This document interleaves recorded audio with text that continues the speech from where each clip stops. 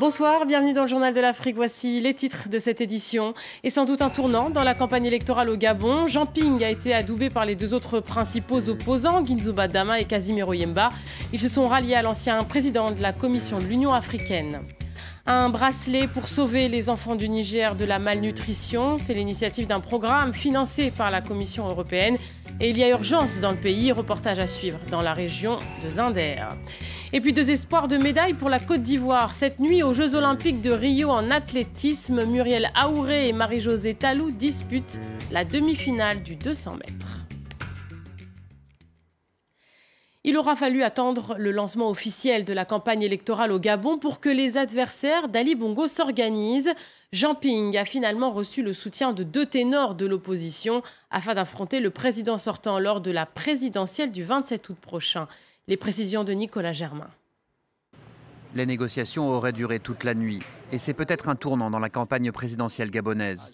Jean Ping a reçu le soutien de deux poids lourds de l'opposition face au sortant Ali Bongo. Celui de Casimiro Yemba, un ancien Premier ministre, et de Guinzouba Dama, qui a présidé l'Assemblée nationale ces 19 dernières années. Je suis chef de file parce que, comme ils l'ont dit eux-mêmes, il faut un général. Mais le général ne va pas seul en bataille. Dans une bataille comme celle-là, il n'est pas seul. Il va avec ses coéquipiers.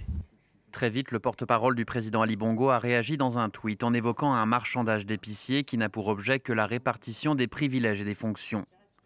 Face à cette alliance de trois septuagénaires, Ali Bongo apparaît comme jeune à 57 ans.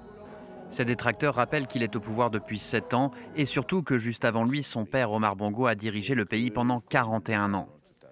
Lorsque je cite le président Omar Bongo Ondimba, la réaction, ça va être de dire, vous, surtout vous dans la presse, ça va être de dire « papa m'a dit ». Lorsque je ne le cite pas, votre réaction est de dire « ah, il ne cite pas son père, est-ce que c'est la rupture, est-ce que c'est ci, est-ce que c'est cela ?» Non, mon père est constamment avec moi. Les deux favoris sont d'anciens beaux-frères. D'un côté, Jean Ping, né d'un père chinois, longtemps un fidèle d'Omar Bongo et ancien président de la Commission de l'Union africaine. De l'autre, Ali Bongo. L'opposition affirme qu'il ne peut être candidat car il serait nigérian et qu'il a été adopté. Une allégation qu'il a toujours démentie. Plus d'une centaine d'arrestations dans le sud de la Zambie à la suite d'émeutes contre la victoire d'Edgar Lungu à la présidentielle.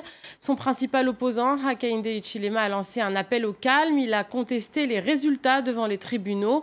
Selon la constitution zambienne, Edgar Lungu ne peut pas prêter serment tant que ce litige n'est pas réglé. La colère des magistrats au Niger, ils accusent le gouvernement de s'immiscer dans les affaires judiciaires. Le syndicat des magistrats, le SAMAN, critique même certaines nominations de juges qui s'apparenteraient à des sanctions du gouvernement. Écoutez. Nous estimons, oui, que cette indépendance est menacée dès lors qu'on fait donc, des affectations des magistrats et moyens de pression. On estime aujourd'hui qu'il y a des postes où on estime qu'effectivement, quand le magistrat est indésirable, c'est là-bas qu'il faut l'affecter. On est dans le même Niger et qu'on suppose qu'il ne doit pas y avoir donc, ces postes-là réservés à telle ou telle personne ou des postes sanctions. Donc, on suppose que si un magistrat peut être soumis à cette pression, alors il ne peut plus être indépendant. Nous vous proposons à compter d'aujourd'hui une série de reportages réalisés dans la région du lac Tchad. Et notre premier épisode concerne la malnutrition des enfants au Niger, un des pays les plus pauvres au monde. Notre reporter Juline Dungolov s'est rendue dans la région de Zinder, dans le sud du pays, suivre un programme de prévention mis en place par deux associations, Befen et Alima, financé par le programme d'aide humanitaire de la Commission européenne. Voyez son reportage. S'implanter au cœur des villages pour anticiper l'urgence et inciter les femmes à se faire soigner. Elles sont suivies par le programme 1000 jours de la conception de leur enfant à ses 2 ans. Avec une idée simple, une femme malnutrie donnera naissance à un enfant malnutri. Rabi a 23 ans. Elle est enceinte de 7 mois, pèse 40 kilos. C'est sa 3e consultation depuis le début de sa grossesse. Je voulais venir plus tôt, mais mon oncle est mort. C'est pour cela que je ne suis pas venue.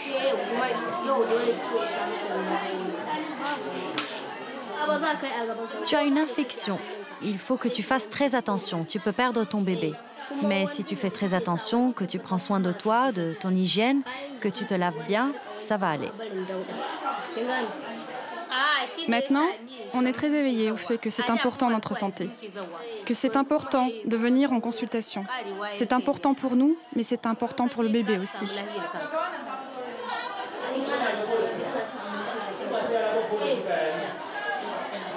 Rabi repartira avec un traitement antibiotique à prendre tous les jours et une consultation la semaine d'après. À l'extérieur de la case, les mères sont formées.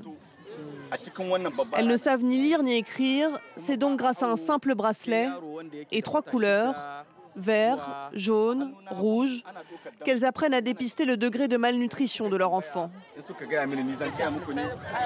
Cet outil sert de prévention, ça va leur permettre vraiment de suivre régulièrement l'état nutritionnel de leurs enfants et ça va aussi leur permettre d'amener leurs enfants de façon précoce au niveau des centres les plus proches pour la prise en charge de la malnutrition. Ce programme de prévention 1000 jours coûte 70 € par femme sur 2 ans, 3 fois moins qu'une hospitalisation. En 2015, près de 50 000 femmes ont été formées au dépistage. C'est peut-être autant de vies sauvées. Et le reportage de demain concernera la situation des déplacés au lac Tchad. Plus au sud, au Nigeria, cette opération militaire pour neutraliser les présumés militants du delta du Niger. Des avions de chasse, des vedettes de l'armée ratissent les abords de la lagune et la mangrove près de Lagos. Une vague d'attaques armées et de cambriolages provoque depuis plusieurs mois des heurts entre ces assaillants, originaires du sud du pays, et des groupes locaux. Des milliers de personnes ont même fui Ikorodu, une commune dans la périphérie de Lagos. Notre correspondant Moïse Gomis s'est rendu sur place.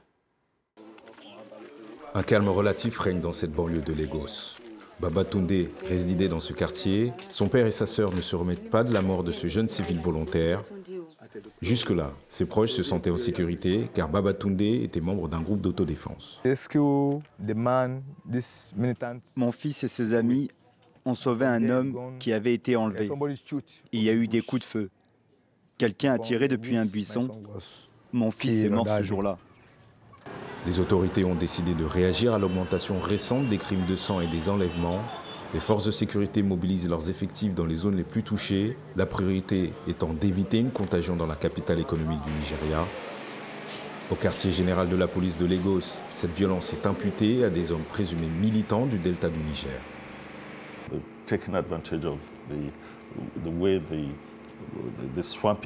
Ils profitent du fait que la forêt soit entourée de marécages et qu'elle soit épaisse.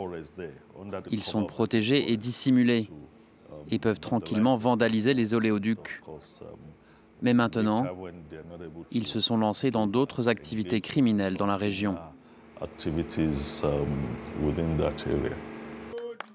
Ici à Issao, la population dit avoir une confiance relative aux capacités des forces de l'ordre. Ces hommes forment un groupe de civils volontaires. Ils patrouillent jour et nuit pour prévenir d'éventuelles attaques. Pour eux, cet endroit constitué de mangroves est une zone à surveiller. Derrière cette végétation, les volontaires suspectent la présence d'une base de repli pour les présumés assaillants. Ce pasteur vient de finir la construction de sa maison au bord de la mangrove. Il n'est pas rassuré par cette menace à proximité.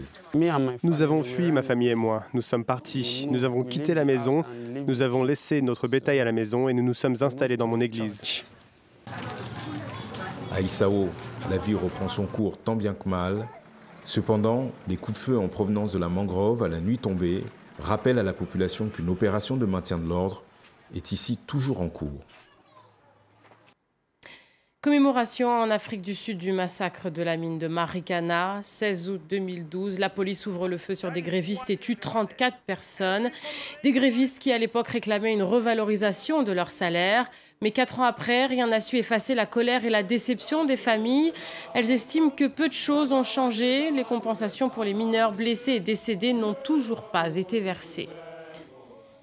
Et la situation dans les régions minières en Afrique du Sud qui inquiète Médecins sans frontières, mais pour d'autres raisons. 11 000 femmes et filles sont violées chaque année à Rustenburg, une ville minière dans le nord-ouest du pays. Viols commis parfois même par leurs partenaires. MSF dit craindre que seulement 5% des femmes signalent les agressions sexuelles aux agents de santé. Nouvelle médaille sur le tableau africain des Jeux Olympiques. Le Kenyan David Rudisha a décroché l'or en athlétisme sur l'épreuve du 800 mètres. Et cette nuit, double espoir de médaille sur les demi-finales du 200 mètres dames. 2 Ivoiriennes seront présentes sur la piste du Maracana. Benoît Perrochet. Demi-finale du 200 mètres dames à suivre à partir de 1h, heure d'Abidjan, dans la nuit de mardi à mercredi. 2 Ivoiriennes en lice, Muriel Aoré et Marie-Josée Talou. 2 belles chances de médaille pour la Côte d'Ivoire, puisque Marie-Josée Talou est notamment capable désormais de se mesurer aux meilleures sprinteuses de la planète. Elle a signé le meilleur temps des séries avec un chrono de 22,31. En tout cas, elle a vite digéré sa déception et ses larmes après la finale du 100 mètres samedi, puisque le podium lui avait échappé pour un tout petit millième. C'est la photo finish qui a dû départager Marie-Josée Talou et la Jamaïcaine Shelly-Ann Fraser-Pryce. C'est dire que Marie-Josée Talou ne voulait pas faire d'athlétisme plus jeune, elle préférait le football. Elle s'est présentée un jour à une épreuve de détection pieds nus et elle a fini par battre toutes ses adversaires largement pour devenir aujourd'hui à 27 ans l'une des meilleures sprinteuses de la planète. Et c'est la fin de cette édition africaine. Souci de Paris Direct continue avec Pierrick Laurent. Je vous retrouve dans 45 minutes pour un nouveau journal de l'Afrique.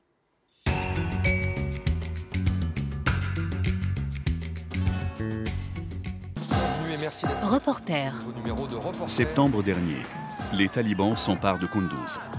Soutenus par l'aviation américaine, les forces afghanes contre-attaquent et chassent les insurgés.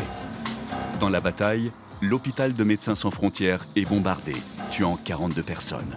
Une erreur selon l'armée américaine. Un crime de guerre pour les ONG qui décident de quitter la ville. Malgré la protection de quelques soldats et des milices payées par le gouvernement, des milliers d'habitants ont fui. Mais un médecin, lui, a décidé de relever le défi. Reporter, à voir sur France 24 et sur france24.com.